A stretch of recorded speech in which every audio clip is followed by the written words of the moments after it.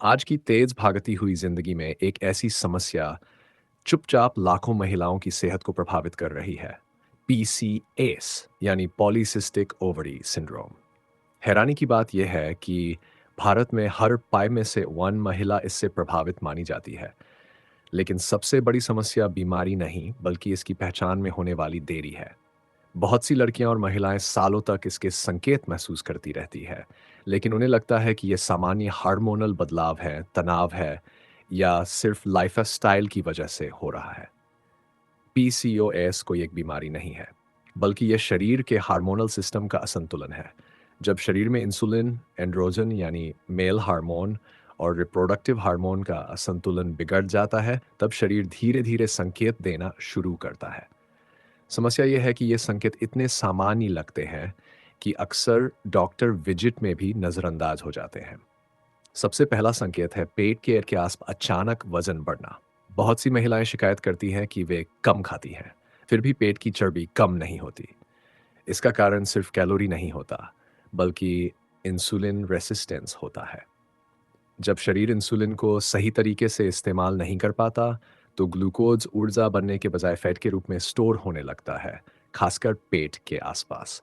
आयुर्वेद की भाषा में इसे कफ और मेद धातु के असंतुलन से जोड़ा जाता है। जब अग्नि यानी पाचन शक्ति कमजोर हो जाती है, तब शरीर में अपचित तत्व जमा होने लगते हैं, जो धीरे धीरे वजन बढ़ाते हैं। दूसरा छिपा हुआ संकेत है त्वचा पर काले धब्बे, जिन्हें मेडिकल भाषा में एकैंथोसिस निग्रिकेंस कहा जाता है। ये आमतौर पर गर्दन के पीछे, बगल में या जांघों के आसपास दिखाई देते हैं। बहुत लोग इसे गंदगी या स्किन प्रॉब्लम समझते हैं, लेकिन ये वास्तव में शरीर का इंसुलिन रेसिस्टेंस का संकेत होता है।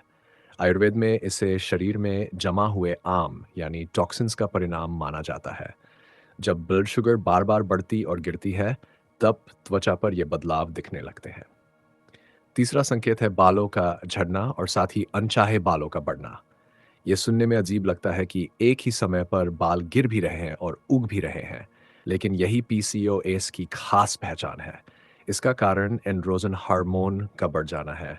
सिर के बाल पतले होने लगते हैं, जबकि चेहरे, ठुड्डी या पेट पर मोटे बाल आने लगते हैं। आयुर्वेद इसे पित्त और वात दोष के असंतुलन से जोड़ता है, जहां शरीर की ऊर्जाएं सही दिशा में काम नहीं कर पाती। चौथा संकेत है मूड स्विंग्स। कई महिलाओं को अचानक गुस्सा आना, उदासी महसूस होना या बिना वजह चिंता होना सामान्य लगता है, लेकिन हार्मोन सिर्फ शरीर ही नहीं, दिमाग को भी प्रभावित करते हैं। एस्ट्रोजन और प्रोजेस्टेरोन का असंतुलन सीधे न्यूरोट्रांसमीटर पर असर डालता है, जिससे भावनाएं अस्थिर हो जाती हैं। आयुर्वेद में मन और शरीर को अलग नहीं माना गया है। जब शरीर का संतुलन बिगड़ता है, तब मन भी अस्थिर हो जाता है। पांचवां संकेत है लगातार थकान महसूस होना। पूरी नींद लेने के बाद भी शरीर भारी लगता है, ऊर्जा नहीं रहती और दिन भर सुस्ती बनी रहती है। यह सिर्फ कमजोरी नहीं बल्कि मेटाबॉलिक समस्या का संकेत हो सकता है। इंसुलिन रेसिस्टेंस के कारण कोशिकाओं को सही ऊर्जा नहीं मिलती, इसलिए शरीर थका हुआ महसूस करता है। आयुर्वेद इसे ओज की कमी और कमजोर अग्नि से जोड़ता है। छठा संकेत है स्किन टैग्स यानी त्वचा पर छोटे छोटे उभरे हुए मांस के टुकड़े। बहुत लोग इन्हें सामान्य स्किन ग्रोथ मानते हैं, लेकिन यह भी इंसुलिन रेसिस्टेंस से जुड़ा संकेत हो सकता है।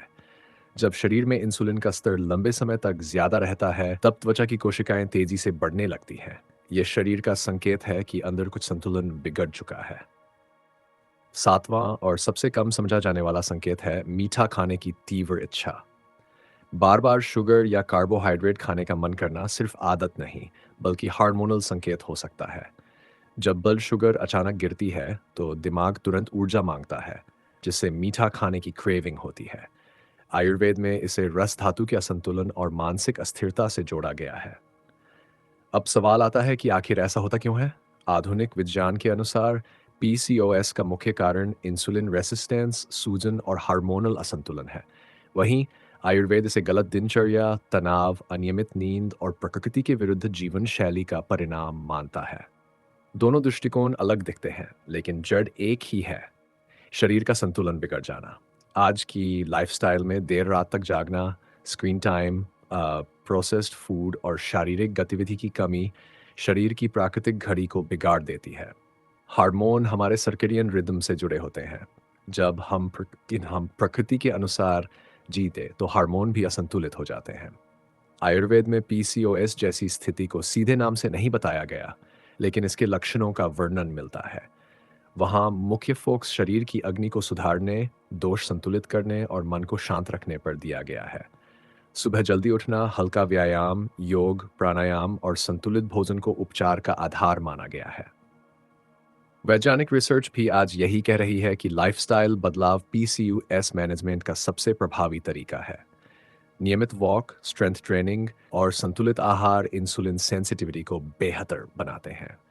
जब शरीर इंसुलिन को सही तरीके से उपयोग करने लगता है, तब हार्मोन धीरे धीरे संतुलित होने लगते हैं। खानपान में सबसे महत्वपूर्ण है ब्लड शुगर को स्थिर रखना। बार बार मीठा या रिफाइंड कार्ब्स खाने से इंसुलिन बार बढ़ता है। इसके बजाय फाइबर, प्रोटीन और हेल्दी फैट्स शामिल करने से ऊर्जा धीरे धीरे रिलीज होती है। आयुर्वेद भी ताज़ा, गर्म और प्राकृतिक भोजन को प्राथमिकता देने की सलाह देता है। तनाव भी पीसीओएस का बड़ा कारण है। जब शरीर लगातार स्ट्रेस में रहता है तो कोर्टिसोल हार्मोन बढ़ जाता है, जो बाकी हार्मोन को प्रभावित करता है। ध्यान, मेडिटेशन और गहरी सांसें लेने की तकनीकें हार्मोनल बैलेंस में मदद कर सकती हैं। सबसे ज़रूरी बात यह समझना है कि पीसीओएस कोई जीवन भर की सज़ा नहीं है। ये शरीर का संकेत है कि उसे संतुलन की ज़रूरत है। सही जानकारी, सही दिनचर्या और धैर्य के साथ इसे मैनेज किया जा सकता है। बहुत सी महिलाएं केवल लाइफस्टाइल बदलाव से अपने पीरियड्स में स्किन और ऊर्जा स्तर में बड़ा सुधार देखती हैं। अगर आपके शरीर में इनमें से कई संकेत दिखाई देते हैं तो उन्हें नज़रअंदाज न करें। जल्दी पहचान ही सबसे बड़ा कदम है। नियमित जांच, डॉक्टर की सलाह और संतुलित शैली मिलकर लंबे समय में बेहतर परिणाम दे सकती है। याद रखिए, सुंदरता सिर्फ चेहरे की नहीं होती, बल्कि हार्मोनल संतुलन, मानसिक शांति और अंदरूनी स्वास्थ्य का परिणाम होती है। जब शरीर अंदर से संतुलित होता है, तब बाहर भी चमक दिखाई देती है। पीसीओएस हमें यह सिखाता है कि शरीर हमेशा हमसे बात करता है, बस हमें उसके संकेतों को समझना सीखना होता है। जितनी जल्दी हम इन संकेतों को पहचानेंगे, उतनी जल्दी हम अपने स्वास्थ्य पर नियंत्रण वापस पा सकते हैं। अगर ये जानकारी आपको उपयोगी लगी, तो इसे उन महिलाओं तक ज़रूर पहुंचाएं जिन्हें शायद अभी तक पता भी नहीं कि उनका शरीर क्या बताने की कोशिश कर रहा है। जागरूकता ही पहला उपचार है।